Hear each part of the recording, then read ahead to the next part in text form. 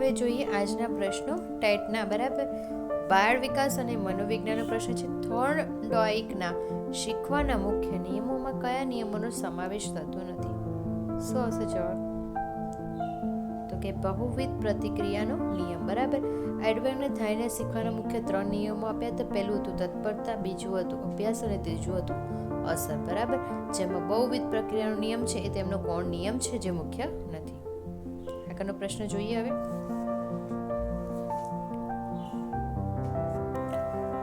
જેને કોઈ પણ શત્રુ જન્મ્યો નથી તે શબ્દ સમૂહ માટે એક અર્થ આપો. શું હશે જવાબ? તો કે અજાત શત્રુ. અજાત એટલે કે જેનો જન્મ થયો જ નથી, જેનો શત્રુ હજી જન્મ્યો જ નથી અથવા એનો કોઈ શત્રુ જ નથી, તેને શું કહીશું? અજાત શત્રુ. બરાબર, ચલો આગળનો પ્રશ્ન જોઈએ. તાર્કિક ક્ષમતાનો પ્રશ્ન છે. જો સ્કૂલને 72 લખાય તો કોલેજને કઈ રીતે લખાય? તમારે ABC પ્રમાણે કાઉન્ટ કરવું પડે. તો સ્કૂલનું ટોટલ થાય છે 72 અને કોલેજનું ટોટલ શું થશે? ટોટલ 60 ટોટલ થાય છે. તમે કેલ્ક્યુલેટ કરી લેવાનું. ઓકે, ચલો આગળનો પ્રશ્ન જોઈએ. અંગ્રેજી વ્યાકરણનો પ્રશ્ન છે. Let's go for a walk dash. શું આવશે જવાબ?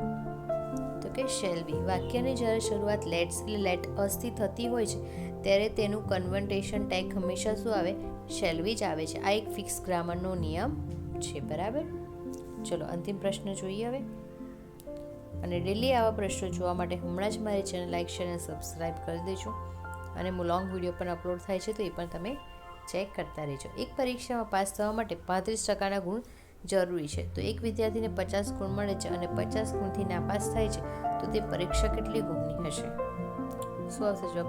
તો શું કીધું છે? પેલું પરીક્ષામાં પાસ થવા માટે ગુણ, બરાબર, અને મેળવેલા ગુણ પ્લસ ખોટા એટલે ટોટલ એક વિદ્યાર્થીને 150 ગુણ મળે છે. બરાબર, અને 25 ગુણથી નાપાસ થાય છે એટલે શું થયું? ટોટલ કેટલા થયા?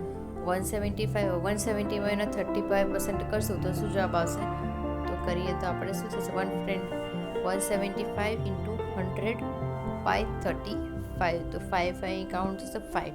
ઓકે, તો શું જવાબ આવશે? તો કે 500 જવાબ આવશે. બરાબર, થેન્ક યુ સો મચ મારો વિડીયો જોવા માટે. And please like, share, subscribe my channel.